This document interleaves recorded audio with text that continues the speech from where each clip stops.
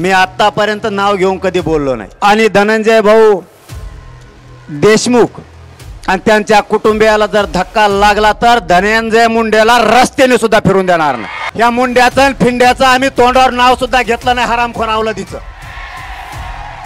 पण जर देशमुख कुटुंबियांना जर यापुढे त्रास झाला तर एकाला सुद्धा रस्त्याने फिरू देणार नाही। धनंजय भाऊ देशमुख आणि त्यांच्या कुटुंबाला जर धक्का लागला तर धनंजय मुंडेला रस्त्यावर फिरू देणार नाही। तेव्हा मग या मुंड्याचं फिंड्याचं नाव सुद्धा आम्ही घेतलं नाही, अवलादीचं, हेच ते शब्द मनोज जरांगे पाटलांचे। आणि याच शब्दाच्या विरोधात खरं तर तक्रार दाखल झाली आहे परळीच्या पोलीस स्टेशन मध्ये। भारतीय न्याय संहिता कलम 356(2) नुसार जरांगे पाटलांच्या विरोधात तक्रार देण्यात आली आहे। नमस्कार मंडळी, स्वागत आहे आपलं ट्रेंड मराठी या लोकप्रिय चॅनल मध्ये। संतोष देशमुख यांची हत्या झाली आणि संपूर्ण महाराष्ट्राचं वातावरण जरून पेटून निघल्याचं पाहायला मिळतंय। त्याच्यात बीड जिल्हा जास्त होरपळल्याचं पाहायला मिळतंय। राजकारण बऱ्याच गोष्टी या सगळ्या संदर्भाने घुसल्या आणि बीड जिल्ह्यात सुद्धा खरं तर ठिणगी पेटायला लागली आहे। जातीयवाद, त्याचबरोबर द्वेषभाव आणि राजकारण या सगळ्या गोष्टी पेटून उठल्या ते म्हणजे बीड जिल्ह्यामध्ये। आणि याच्यातच आणखी एक ठिणगी ती म्हणजे संतोष देशमुख यांच्या हत्या प्रकरणासंदर्भात त्यांना न्याय मिळावा, देशमुख कुटुंबाला न्याय मिळावा याच्यासाठी वारंवार मागणी होत होती। पहिला मोर्चा बीड जिल्ह्यामध्ये काढण्यात आला, मूक मोर्चा, आणि त्यानंतर परभणीमध्ये सुद्धा मूक मोर्चाचं आयोजन करण्यात आलं होतं। या परभणीतल्या मूक मोर्चामध्ये मनोज जरांगे पाटील भाषण करत असताना त्यांनी काही शब्द वापरले आणि त्या शब्दाच्या विरोधात पोलीस स्टेशन मध्ये तक्रार दाखल झाली आहे। भारतीय न्याय संहिता 356(2) या कलमनुसार जरांगे पाटलांच्या विरोधात तक्रार दिली आहे। कोणी तक्रार दिली आहे तर ही तक्रार देणारचं नाव आहे तुकाराम बाबूराव आघाव यांनी ही तक्रार दिली, जे की परळीचे आहेत आणि व्यवसायानं ते नोकरी करतात। त्यांनी तक्रार दिली आहे। नेमकं अदखल पात्र अहवालाचा जो काही मजकूर त्यांनी दिलाय किंवा फिर्याद जरांगे पाटलांच्या विरोधात दिली आहे ती फिर्याद नेमकी काय आहे। मी तुकाराम बाबूराव आघाव, वय 32 वर्ष, व्यवसाय नोकरी, राहणार परळी वैजनाथ, तालुका परळी वैजनाथ, जिल्हा बीड, समक्ष पोलीस स्टेशन परळी शहर येथे हजर येऊन जबाब देतो की मी विवारील ठिकाणी कुटुंबासह राहण्यास असून मी सध्या शेती करतो। दिनांक 4 जानेवारी 2024 रोजी दुपारी परभणी शहरात सूर्यवंशी आणि संतोष देशमुख यांच्या हत्ये संदर्भात निषेध मोर्चा आयोजित केला होता आणि त्या सभेमध्ये मराठा नेते मनोज जरांगे यांनी बोलताना या मुंड्या फिंड्याचं नाव सुद्धा घेतलं नाही, हरामखोर अवलादीचे असे व इतर बदनामीकारक असे प्रत्यक्ष व अप्रत्यक्षरित्या माननीय धनंजय मुंडे साहेबांबद्दल बदनामीकारक व असंवैधानिक वक्तव्य करून त्या भाषेचे व्हिडिओ व्हायरल केले। म्हणून माझी मनोज जरांगे यांचे विरुद्ध तक्रार आहे। हा माझा जबाब माझ्या सांगण्याप्रमाणे संगणकावर टाईप केला असून ते मी वाचून पाहिला असून तो बरोबर आणि खरा आहे। अशा पद्धतीची ही तक्रार खरं तर पोलीस स्टेशन परळी इथं दाखल झाल्याचं पाहायला मिळतंय। मनोज जरांगे पाटलांनी जे शब्द वापरले होते त्याच्यात अदखल पात्र गुन्ह्यांमध्ये कलम क्रमांक 356(2) नुसार हा गुन्हा दाखल झालाय। मंडळी, 356(2) कलम नेमकं कशा संदर्भात आहे, याच्यात काय काय गोष्टीचा उल्लेख केलेला आहे तर